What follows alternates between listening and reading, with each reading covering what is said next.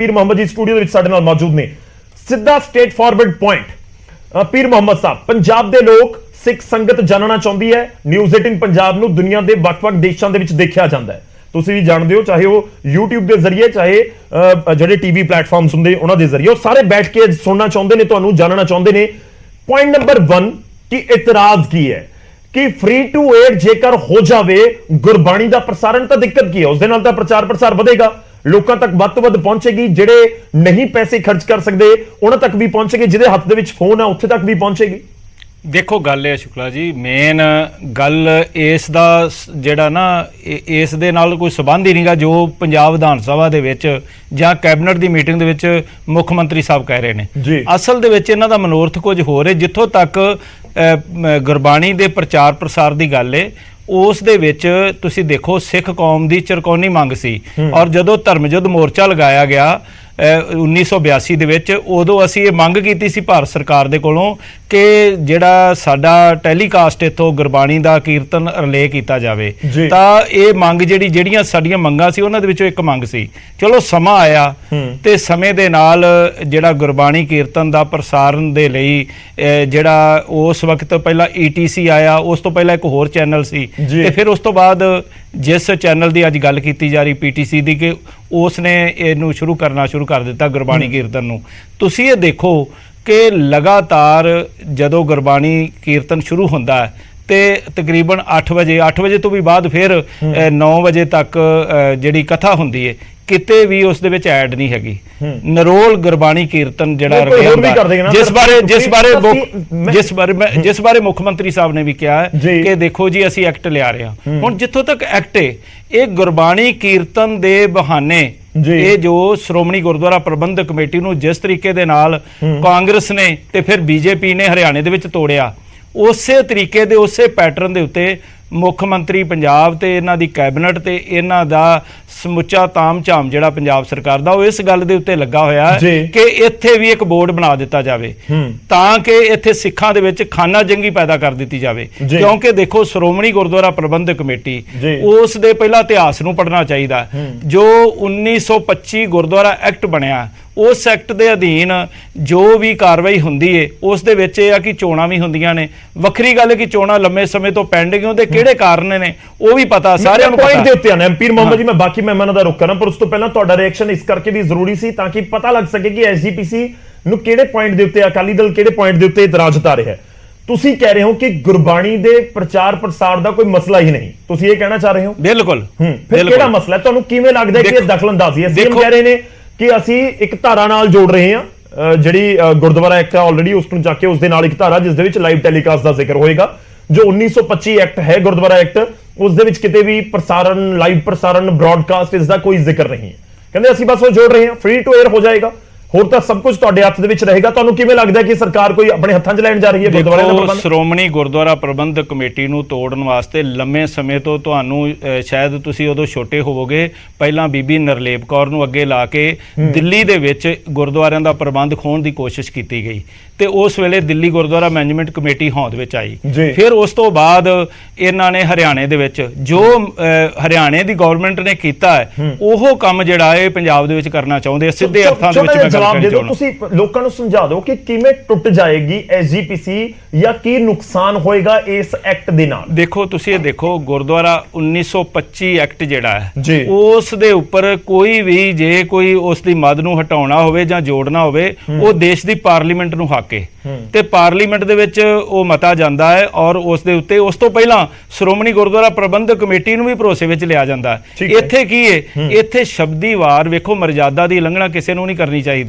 ਪਹਿਲੀ ਗੱਲ ਤਾਂ ਜਿਹੜਾ ਮਸੰਦ ਸ਼ਬਦ, ਜਿਵੇਂ ਐਡਵੋਕੇਟ ਹਰਜਿੰਦਰ ਸਿੰਘ ਧਾਮੀ ਜੀ ਨੇ ਦੱਸਿਆ, ਮਸੰਦ ਕਿਸੇ ਵੇਲੇ ਗੁਰੂ ਪਾਤਸ਼ਾਹ ਨੇ ਆਪ ਥਾਪੇ ਸੀ, ਉਹਨਾਂ ਦੀ ਬੜੀ ਵੱਡੀ ਇੱਕ ਹੋਂਦ ਸੀ, ਕੌਮ ਦੇ ਵਿੱਚ ਸਤਿਕਾਰ ਸੀ। ਫਿਰ ਇੱਕ ਸਮਾਂ ਐਸਾ ਆਇਆ ਕਿ ਉਹਨਾਂ ਨੇ ਜਿਹੜੇ ਗਲਤ ਕੰਮ ਕਰਨੇ ਸ਼ੁਰੂ ਕਰ ਦਿੱਤੇ, ਪਰ ਇਹ ਦੱਸਣ ਮੁੱਖ ਮੰਤਰੀ ਸਾਹਿਬ ਕਿ ਮੌਜੂਦਾ ਜਿਹੜੀ ਸ਼੍ਰੋਮਣੀ ਗੁਰਦੁਆਰਾ ਪ੍ਰਬੰਧਕ ਕਮੇਟੀ ਹੈ, ਜਿਸ ਦੀ ਅਗਵਾਈ ਐਡਵੋਕੇਟ ਹਰਜਿੰਦਰ ਸਿੰਘ ਧਾਮੀ ਕਰ ਰਹੇ ਨੇ, ਉਸ ਨੇ ਕਿਹੜਾ ਇਹੋ ਜਿਹਾ ਗਲਤ ਕੰਮ ਕਰ ਦਿੱਤਾ ਜਿਸ ਕਰਕੇ ਇਹਨਾਂ ਨੇ ਉਹਨਾਂ ਨੂੰ ਉਸ ਮਸੰਦਾਂ ਦੇ ਸ਼ਬਦਾਂ ਨਾਲ ਨਵਾਜ ਰਹੇ ਨੇ। ਸੋ ਇਹ ਜਿਹੜੀਆਂ ਗੱਲਾਂ ਕਰ ਦੇਣਾ, ਸ਼ਾਇਦ ਤੁਸੀਂ ਪ੍ਰੈਸ ਕਾਨਫਰੰਸ ਸੁਣੀ ਹੋਏਗੀ CM ਦੀ, ਉਹ ਕਹਿੰਦੇ ਇੱਕ ਪਰਿਵਾਰ ਦਾ ਕਬਜ਼ਾ ਹੈ, ਐਸਜੀਪੀਸੀ ਕਿਸ ਪਰਿਵਾਰ ਦਾ ਕਬਜ਼ਾ ਜੀ? ਇਹ ਤਾਂ ਤੁਹਾਨੂੰ ਵੀ ਪਤਾ ਕਿਹੜੇ ਇਹ ਪਰਿਵਾਰ ਦਾ ਦੇਖੋ, ਜ਼ਿਕਰ ਹੋ ਰਿਹਾ। ਇਹ ਜਿਹੜੀਆਂ ਗੱਲਾਂ ਨੇ ਤੁਸੀਂ ਦੇਖੋ, ਇਸ ਦੇ ਨਾਲ ਇੱਕ ਗੱਲ ਜਿਹੜੀ ਲੁਕੋ ਰਹੇ ਨੇ, ਇੱਥੇ ਆਕਾਸ਼ਵਾਣੀ ਜਿਹੜੀ ਹੈ, ਦੇਸ਼ ਦਾ ਆਕਾਸ਼ਵਾਣੀ ਰੇਡੀਓ ਹੈ ਜਿਹੜਾ, ਜੀ। ਉਹ ਵੀ ਪ੍ਰਸਾਰਣ ਕਰਦਾ ਸਵੇਰੇ ਸੱਚਖੰਡ ਸ੍ਰੀ ਹਰਿਮੰਦਰ ਸਾਹਿਬ ਤੋਂ ਔਨ 에ਅਰ ਜਿਹੜਾ ਕੀਰਤਨ ਸੁਣਦੇ ਹੋ ਰੇਡੀਓ ਤੇ, ਉੱਥੇ ਤਾਂ ਕੋਈ ਇਹੋ ਜਿਹਾ ਮੁੱਦਾ ਨਹੀਂ ਉਠਾਇਆ ਗਿਆ। ਲੇਕਿਨ ਇੱਥੇ ਜਿਹੜਾ ਗੁਰਬਾਣੀ ਕੀਰਤਨ ਹੋ ਰਿਹਾ ਰਲੇ, ਉਹਦੇ ਉੱਤੇ ਪ੍ਰਸ਼ਨ ਚਿੰਨ੍ਹ ਉਠਾ ਰਹੇ ਨੇ। ਚਲੋ ਆਪਾਂ ਹੁਣ ਮੈਨੂੰ ਉਮੀਦ ਹੈ ਕਿ ਤੁਸੀਂ ਬੜਾ ਤਫਸੀਲ ਦੇ ਨਾਲ ਆਪਣੀ ਗੱਲ ਰੱਖੀ। ਆਪਾਂ ਸਾਰੇ ਮਹਿਮਾਨਾਂ ਦਾ ਰੁਖ ਕਰਦੇ ਹਾਂ। ਕੰਗ ਸਾਹਿਬ ਸਾਡੇ ਨਾਲ ਜੁੜੇ ਹੋਏ ਨੇ, ਆਮ ਆਦਮੀ ਪਾਰਟੀ ਨੂੰ ਰਿਪਰੈਜ਼ੈਂਟ ਕਰ ਰਹੇ ਨੇ। ਕੰਗ ਸਾਹਿਬ, ਦੋ ਸਵਾਲ ਸਿੱਧੇ। ਪਹਿਲਾ, ਇਹ ਐਕਟ ਵਾਲੀ ਜ਼ਰੂਰਤ ਕਿਉਂ? ਦੂਜਾ, ਤੁਹਾਡੇ ਵਿਰੋਧੀਆਂ ਨੂੰ ਖਾਸ ਤੌਰ ਤੇ ਅਕਾਲੀ ਦਲ ਐਸਜੀਪੀਸੀ ਨੂੰ ਲੱਗ ਰਿਹਾ ਹੈ ਕਿ ਬਸ ਬਹਾਨਾ ਹੈ ਇੱਕ ਗੁਰਬਾਣੀ ਦੇ ਪ੍ਰਸਾਰਣ ਤੇ ਪ੍ਰਚਾਰ ਪ੍ਰਸਾਰ ਦਾ, ਸਿੱਧੀ ਦਖਲਅੰਦਾਜ਼ੀ ਹੈ ਇਹ ਪੰਥ ਦੇ ਵਿੱਚ, ਕੌਮ ਦੇ ਵਿੱਚ, ਜਿਸ ਨੂੰ ਬਰਦਾਸ਼ਤ ਨਹੀਂ ਕੀਤਾ ਜਾ ਸਕਦਾ।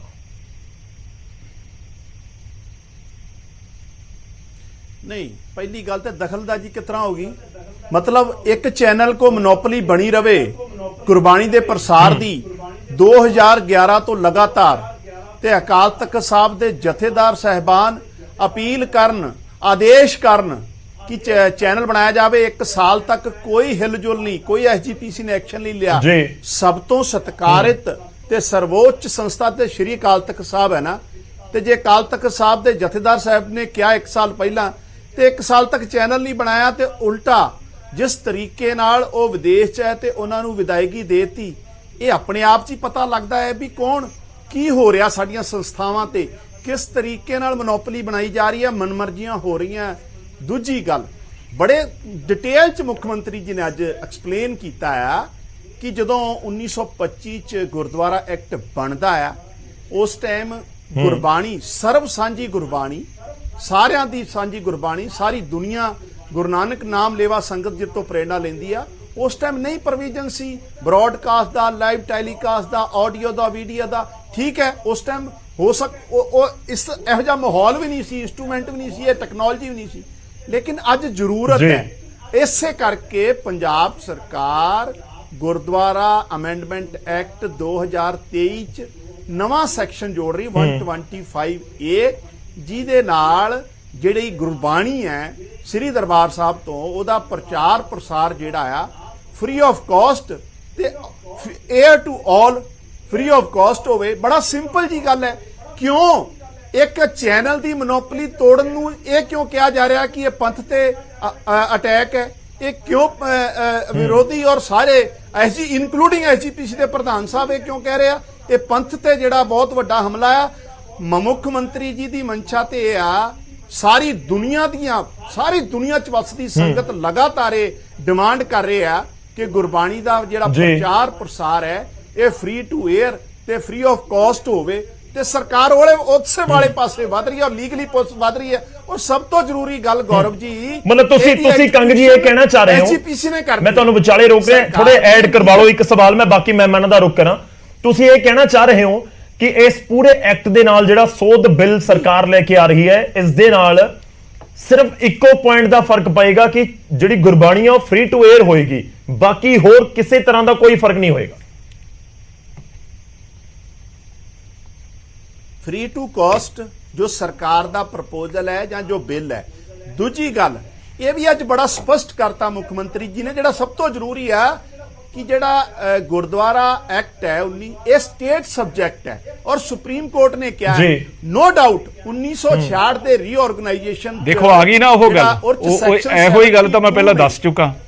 ਇੰਟਰ ਸਟੇਟ ਬਾਡੀ ਮੇਰੀ ਸੁਣ ਲਓ ਨਾ, ਮੇਰਾ ਜਵਾਬ ਲੈ ਲਓ, ਮੇਰੀ ਬੇਨਤੀ ਹੈ। 1966 ਦੇ ਰੀਆਰਗੇਨਾਈਜੇਸ਼ਨ ਐਕਟ 72 ਇਹ ਕਹਿੰਦਾ ਆ ਇਹ ਇੱਕ ਟੈਂਪਰੇਰੀ ਪ੍ਰੋਵੀਜ਼ਨ ਹੈ ਕਿ ਜਿੰਨਾ ਚਿਰ ਸਟੇਟ ਲੈਜਿਸਲੇਸ਼ਨ ਉਹਨੂੰ ਲੈਂਦੀ ਨਹੀਂ ਆ ਔਰ ਤੇ ਕੋਈ ਫੈਸਲਾ ਨਹੀਂ ਲੈਂਦੀ, ਉਹਨਾਂ ਚਿਰ ਡੈਫੀਨੇਟਲੀ ਇੰਟਰਸਟੇਟ ਕਾਰਪੋਰੇਟ ਬਾਡੀ ਹੈ। ਤੇ ਹੁਣ ਸਟੇਟ ਨੇ ਫੈਸਲਾ ਲੈ ਲਿਆ, ਅਲਟੀਮੇਟਲੀ ਇਹ ਸਟੇਟ ਸਬਜੈਕਟ ਹੈ, ਇਹ ਵੀ ਕਲੀਅਰ ਹੋ ਗਿਆ।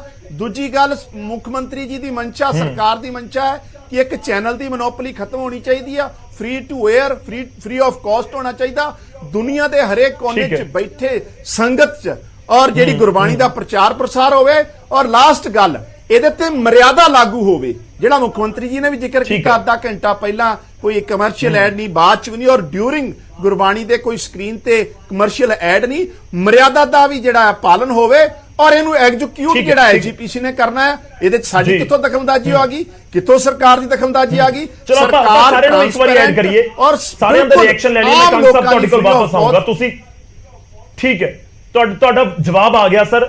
ਇੱਕ ਵਾਰੀ ਸਾਰਿਆਂ ਨੂੰ ਆਪਾਂ ਐਡ ਕਰ ਲਈਏ ਕਿਉਂਕਿ ਤੁਸੀਂ ਸਿੱਧੇ ਤੌਰ ਦੇ ਉੱਤੇ ਕਹਿ ਰਹੇ ਹੋ ਕਿ ਨਹੀਂ ਇਸ ਦੇ ਨਾਲ ਕੋਈ ਦਖਲਅੰਦਾਜ਼ੀ ਨਹੀਂ ਹੈ। ਕਾਂਗਰਸ ਦਾ ਰੁਖ ਕਰਦੇ ਆ। ਕਾਲੋ ਸਾਹਿਬ, ਦਖਲਅੰਦਾਜ਼ੀ ਹੈ ਕਿ ਨਹੀਂ ਹੈ? ਕਾਂਗਰਸ ਨੂੰ ਲੱਗਦਾ ਹੈ ਕਿ ਦਖਲਅੰਦਾਜ਼ੀ ਹੈ? ਦੇਖੋ, ਪਹਿਲੀ ਗੱਲ ਤੇ ਹੈ ਗੌਰਵ, ਸਾਨੂੰ ਸਮਝਣਾ ਇਹ ਪੈਣਾ ਹੈ ਕਿ ਅੱਜ ਦੀ ਮੁੱਖ ਮੰਤਰੀ ਸਾਹਿਬ ਦਾ ਜਿਹੜਾ ਬਿਆਨ ਹੈ ਜੀ, ਉਹਨੇ ਇੱਕ ਨਵੀਂ ਚਰਚਾ ਜਿਹੜੀ ਹੈ ਉਹ ਛੇੜ ਦਿੱਤੀ ਹੈ। ਨਵੀਂ ਚਰਚਾ ਕੀ ਛੇੜੀ ਹੈ ਵੀ ਜਿਹੜਾ ਸ਼੍ਰੋਮਣੀ ਗੁਰਦੁਆਰਾ ਪ੍ਰਬੰਧਕ ਕਮੇਟੀ ਦਾ ਜਿਹਦਾ ਦਾਇਰਾ ਪਹਿਲਾਂ ਬਹੁਤ ਵੱਡਾ ਹੁੰਦਾ ਸੀ, ਫਿਰ ਉਹ ਸੀਮਿਤ ਹੁੰਦਿਆਂ 3 ਸੂਬਿਆਂ ਤੱਕ ਹੀ ਰਹਿ ਗਿਆ, ਪੰਜਾਬ, ਚੰਡੀਗੜ੍ਹ ਤੇ ਹਿਮਾਚਲ। ਹਰਿਆਣਾ ਦਾ ਵੱਖਰਾ ਜਿਹੜੀ ਆ ਕਮੇਟੀ ਬਣ ਗਈ, ਦਿੱਲੀ ਦੀ ਵੱਖਰੀ ਬਣ ਗਈ, ਸੋ ਹੋਰ ਸੂਬਿਆਂ ਦੀ ਵੀ ਵੱਖਰੀਆਂ ਕਮੇਟੀਆਂ ਜਿਹੜੀਆਂ ਨੇ ਬਣ ਗਈਆਂ ਨੇ। ਸੋ ਅੱਜ ਦੇਖੋ, 2 ਪੱਖ ਨੇ ਇਹਦੇ ਵੇਖਣ ਦੇ। ਇੱਕ ਤੇ ਹੈ ਇਹਦਾ ਕਾਨੂੰਨੀ ਪੱਖ ਤੇ ਦੂਜਾ ਹੈ ਕਿ ਅਸੀਂ ਕਿਸੇ ਵੀ ਧਰਮ ਵਿਸ਼ੇਸ਼ ਦੀਆਂ ਭਾਵਨਾਵਾਂ ਨੂੰ ਠੇਸ ਪਹੁੰਚਾਉਣ ਦੀ ਜਿਹੜਾ ਪੱਖ ਹੈ ਉਹ ਸਾਨੂੰ ਵੱਖਰੇ ਵੱਖਰੇ ਤਰੀਕਿਆਂ ਦੇ ਨਾਲ ਇਹਨੂੰ ਵੇਖਣਾ ਪੈਣਾ ਹੈ।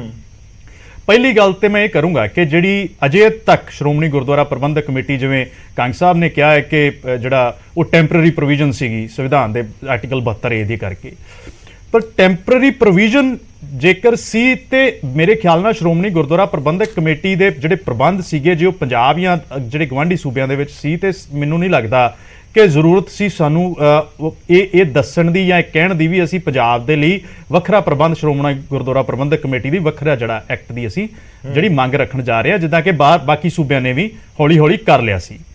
ਹੁਣ ਗੱਲ ਆ ਗਈ ਜਿਹੜੀ ਇਹ ਗੱਲ ਕਰ ਰਹੇ ਨੇ ਕਿ ਜਿਹੜੀ ਉਹਦੀ ਗੁਰਬਾਣੀ ਦਾ ਜਿਹੜਾ ਪ੍ਰਸਾਰਣ ਦਾ ਜਿਹੜਾ ਕੰਮ ਹੈ, ਇਸ ਗੱਲ ਨਾਲ ਮੈਂ ਔਰ ਕਾਂਗਰਸ ਪਾਰਟੀ ਇਹ ਪਹਿਲਾਂ ਤੋਂ ਅਸੀਂ ਕਹਿੰਦੇ ਆ ਰਹੇ ਹਾਂ ਕਿ ਸਿਰਫ ਇੱਕ ਪਾਰਟੀ ਕੋਲੇ ਦਾ ਜਿਹੜਾ ਅਧਿਕਾਰ ਨਹੀਂ ਹੋਣਾ ਚਾਹੀਦਾ, ਜਾਂ ਇੱਕ ਪਾਰਟੀ ਨਹੀਂ ਕਹੂੰਗਾ ਮੈਂ, ਇੱਕ ਚੈਨਲ ਵਿਸ਼ੇਸ਼ ਦੇ ਕੋਲੇ ਦਾ ਅਧਿਕਾਰ ਨਹੀਂ ਹੋਣਾ ਚਾਹੀਦਾ। ਉਹ ਗੱਲ ਠੀਕ ਹੈ। ਕਾਂਗਰਸ ਪਾਰਟੀ ਪਹਿਲਾਂ ਵੀ ਇਹ ਕਹਿੰਦੀ ਆਈ ਹੈ ਕਿ ਜਿੱਦਾਂ ਗਿਆਨੀ ਹਰਪ੍ਰੀਤ ਜੀ ਨੇ ਵੀ ਕਿਹਾ ਸੀਗਾ, ਸਾਬਕਾ ਗਿਆਨੀ ਜਿਹੜੇ ਜਥੇਦਾਰ ਸਾਹਿਬ ਨੇ, ਕਿ ਆਪਣਾ ਜਿਹੜਾ ਚੈਨਲ ਬਣਾਉਣਾ ਚਾਹੀਦਾ। ਬਿਲਕੁਲ ਮੈਂ ਇਸ ਮੱਦ ਨਾਲ ਸਹਿਮਤ ਹਾਂ ਕਿ ਜਿਹੜਾ ਸ਼੍ਰੋਮਣੀ ਗੁਰਦੁਆਰਾ ਪ੍ਰਬੰਧਕ ਕਮੇਟੀ ਨੂੰ ਆਪਣਾ ਚੈਨਲ ਬਣਾ ਕੇ ਔਰ ਫ੍ਰੀ ਟੂ 에ਅਰ, ਪੈਸੀ ਤੇ ਪਹਿਲਾਂ ਕਹਿੰਦੇ ਆ ਕਿ ਫ੍ਰੀ ਟੂ 에ਅਰ ਕਰ ਦੇਣਾ ਚਾਹੀਦਾ ਸੀ। ਤੁਸੀਂ ਸਮਰਥਨ ਚ ਖੜੇ ਹੋ? ਨਹੀਂ, ਸਮਰਥਨ ਚ ਨਹੀਂ ਖੜਾ, ਪਰ ਸਵਾਲ ਖੜਾ ਹੁੰਦਾ ਹੈ ਮੁੱਖ ਮੰਤਰੀ ਸਾਹਿਬ ਦੇ ਅੰਦਰੋਂ ਜਿਹੜਾ ਇੱਕ ਅਹਿਮ ਤੇ ਜਿਹੜਾ ਅਹੰਕਾਰ ਜਿਹੜਾ ਝਲਕ ਰਿਹਾ ਨਾ, ਸਵਾਲ ਉਹਦੇ ਤੇ ਖੜਾ ਹੁੰਦਾ ਹੈ। ਪ੍ਰਕਿਰਿਆ ਦੇ ਉੱਤੇ ਸਵਾਲ ਨਹੀਂ ਮੈਂ ਖੜਾ ਕਰ ਰਿਹਾ ਵਿਸ਼ੇਸ਼ ਰੂਪ ਚ, ਮੈਂ ਖੜਾ ਕਰ ਰਿਹਾ ਰਵੱਈਏ ਦੇ ਉੱਤੇ।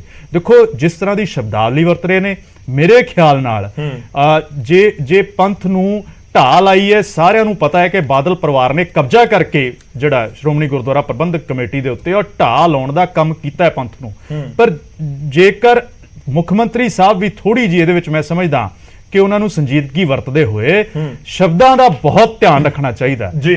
ਸਿੱਧਾ ਅਟੈਕ ਜੇ ਉਹਨਾਂ ਨੇ ਕਰਨਾ ਤੇ ਉਹ ਇੱਕ ਪਰਿਵਾਰ ਵਿਸ਼ੇਸ਼ ਤੇ ਜ਼ਰੂਰ ਕਰ ਸਕਦੇ ਨੇ, ਪਰ ਜੇਕਰ ਜਿਸ ਤਰ੍ਹਾਂ ਦੇ ਮਸੰਦ ਜਾਂ ਕੋਈ ਐਸਾ ਸ਼ਬਦ ਵਰਤਦੇ ਨੇ ਤੇ ਮੇਰੇ ਖਿਆਲ ਨਾਲ ਉਹ ਇੱਕ ਪੰਥ ਦੀ ਜਿਹੜੀ ਸਟੇਟਮੈਂਟ ਤੁਹਾਡੀ ਮੈਂ ਬਿਲਕੁਲ ਕਲੀਅਰ ਨਹੀਂ ਪਕੜ ਪਾ ਰਿਹਾ ਕਿ ਤੁਸੀਂ ਐਕਟ ਦੇ ਵਿਰੋਧ ਦੇ ਵਿੱਚੋਂ ਜਾਂ ਫੇਵਰ ਦੇ ਵਿੱਚੋਂ। ਨਹੀਂ, ਮੈਂ ਫਿਰ ਤੁਹਾਨੂੰ ਕਹਿ ਰਿਹਾ ਕਿ ਐਕਟ ਜੇ ਪ੍ਰਸਾਰਣ ਦੇ ਐਕਟ ਦੀ ਗੱਲ ਹੋ ਰਹੀ ਹੈ ਤੇ ਅਸੀਂ ਇਸ ਚੀਜ਼ ਦਾ ਸਮਰਥਨ ਕਰਾਂਗੇ ਕਿ ਜਿਹੜਾ ਫ੍ਰੀ ਟੂ 에ਅਰ ਹੋਣਾ ਚਾਹੀਦਾ ਹੈ। ਪਰ ਜੇਕਰ ਉਹ ਇਹ ਦਖਲਅੰਦਾਜ਼ੀ ਰਾਜਨੀਤਿਕ ਰੂਪ ਦੇ ਵਿੱਚ ਜੇ ਕਿਤੇ ਆਮ ਆਦਮੀ ਪਾਰਟੀ ਜਾਂ ਸਰਕਾਰ ਕਰਨਾ ਚਾਹੁੰਦੀ ਹੈ, ਉਹਦੇ ਉੱਤੇ ਅਸੀਂ ਸਵਾਲ ਖੜੇ ਕਰਦੇ ਹਾਂ, ਕਿਉਂਕਿ ਕਾਂਗਰਸ ਪਾਰਟੀ ਨੇ ਕਦੀ ਵੀ ਸਿੱਧੇ ਜਾਂ ਸਿੱਧੇ ਰੂਪ ਦੇ ਵਿੱਚ ਗੁਰਦੁਆਰੇ ਦੇ ਪ੍ਰਬੰਧਾਂ ਦੇ ਵਿੱਚ ਗੱਲ ਇਹ ਨਾ ਕਿ ਵਿਰੋਧੀ ਕਹਿ ਰਹੇ ਆ, ਸਰਕਾਰ ਕਹਿ ਰਹੀ ਹੈ ਕਿ ਇਸ ਤਾਂ ਨਹੀਂ ਕਰ ਰਹੇ ਇੰਟਰਫੇਰੈਂਸ ਕੋਈ ਵੀ। ਹੁਣ ਐਸਜੀਪੀਸੀ ਅਕਾਲੀ ਦਲ ਕਹਿ ਰਿਹਾ ਕਿ ਦਖਲਅੰਦਾਜ਼ੀ ਇਸ ਨੂੰ ਮੰਨਿਆ ਜਾਵੇ। ਅਸੀਂ ਮੰਨ ਰਹੇ ਹਾਂ ਕਿ ਸਿੱਧੇ ਤੌਰ ਦੇ ਉੱਤੇ ਇਹ ਵੱਡਾ ਹਮਲਾ ਹੈ। ਮੈਂ ਤੁਹਾਡੇ ਕੋਲ ਵਾਪਸ ਆਉਣਾ ਹੈ। ਮੈਂ ਇੱਕ ਵਾਰੀ ਜੈਬੰਸ਼ ਜੀ ਦਾ ਰੁਖ ਕਰਾਂ। ਜੈਬੰਸ਼ ਜੀ, 2 ਚੀਜ਼ਾਂ ਮੈਂ ਸਮਝਣੀਆਂ ਚਾਹੁੰਦਾ ਹੈ। ਇੱਕ ਕਿ ਬੀਜੇਪੀ ਇਸ ਦੇ ਸਪੋਰਟ ਦੇ ਵਿੱਚ ਹੈ ਜਾਂ ਨਹੀਂ ਹੈ, ਜੇ ਨਹੀਂ ਤਾਂ ਕਿਉਂ, ਤੇ ਦੂਜਾ ਪੁਆਇੰਟ ਹੈ ਜੇ ਦਖਲਅੰਦਾਜ਼ੀ ਤੁਹਾਨੂੰ ਲੱਗ ਰਿਹਾ ਹੈ ਤਾਂ ਕਿਸ ਤਰੀਕੇ ਨਾਲ ਦਖਲਅੰਦਾਜ਼ੀ ਹੈ, ਕਿ ਵਾਕਈ ਇਸ ਦਾ ਲਾਰਜਰ ਮੈਂ ਪਿਕਚਰ ਦੇਖਾਂ ਇਸ ਦੀ ਕਿ ਇੱਕ ਆਪਾਂ ਗੁਰਬਾਣੀ ਪ੍ਰਸਾਰਣ ਤੱਕ ਹੀ ਸ਼ਾਇਦ ਇਸ ਨੂੰ ਸੋਚ ਪਾ ਰਹੇ ਹਾਂ, ਜਾਂ ਬਹੁਤ ਅੱਗੇ ਦੀ ਕੋਈ ਕਹਾਣੀ ਹੈ ਜਿਹੜੀ ਸ਼ਾਇਦ ਇਸ ਸਮੇਂ ਜਿਹੜੇ ਸਾਨੂੰ ਦਰਸ਼ਕ ਸੁਣ ਰਹੇ ਨੇ ਜਾਂ ਜਿਹੜੇ ਆਪਾਂ ਗੱਲ ਕਰ ਰਹੇ ਹਾਂ ਨਹੀਂ ਆਪਾਂ ਸਮਝ ਪਾ ਰਹੇ।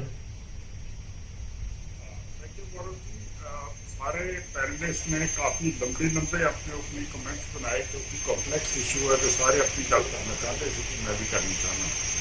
ਸਭ ਤੋਂ ਪਹਿਲੇ ਮੈਂ ਬੀਜੇਪੀ ਦਾ ਸਟੈਂਡ ਜੈਪਾਲ ਜੀ ਥੋੜੇ ਮਾਈਕ ਮੈਨੂੰ ਲੱਗਦਾ ਤੁਹਾਡਾ ਦੂਰ ਹੈ, ਜੇ ਥੋੜਾ ਜਿਹਾ ਕਲੋਜ਼ ਹੋ ਜੇ ਤਾਂ ਆਵਾਜ਼ ਹੋਰ ਜ਼ਿਆਦਾ ਵਧੀਆ ਆਏਗੀ। ਥੋੜੀ ਘੱਟ ਆ ਰਹੀ ਹੈ ਆਵਾਜ਼। ਹੁਣ ਠੀਕ ਹੈ। ਹਾਂਜੀ ਬੈਟਰ ਹੈ ਥੋੜੀ।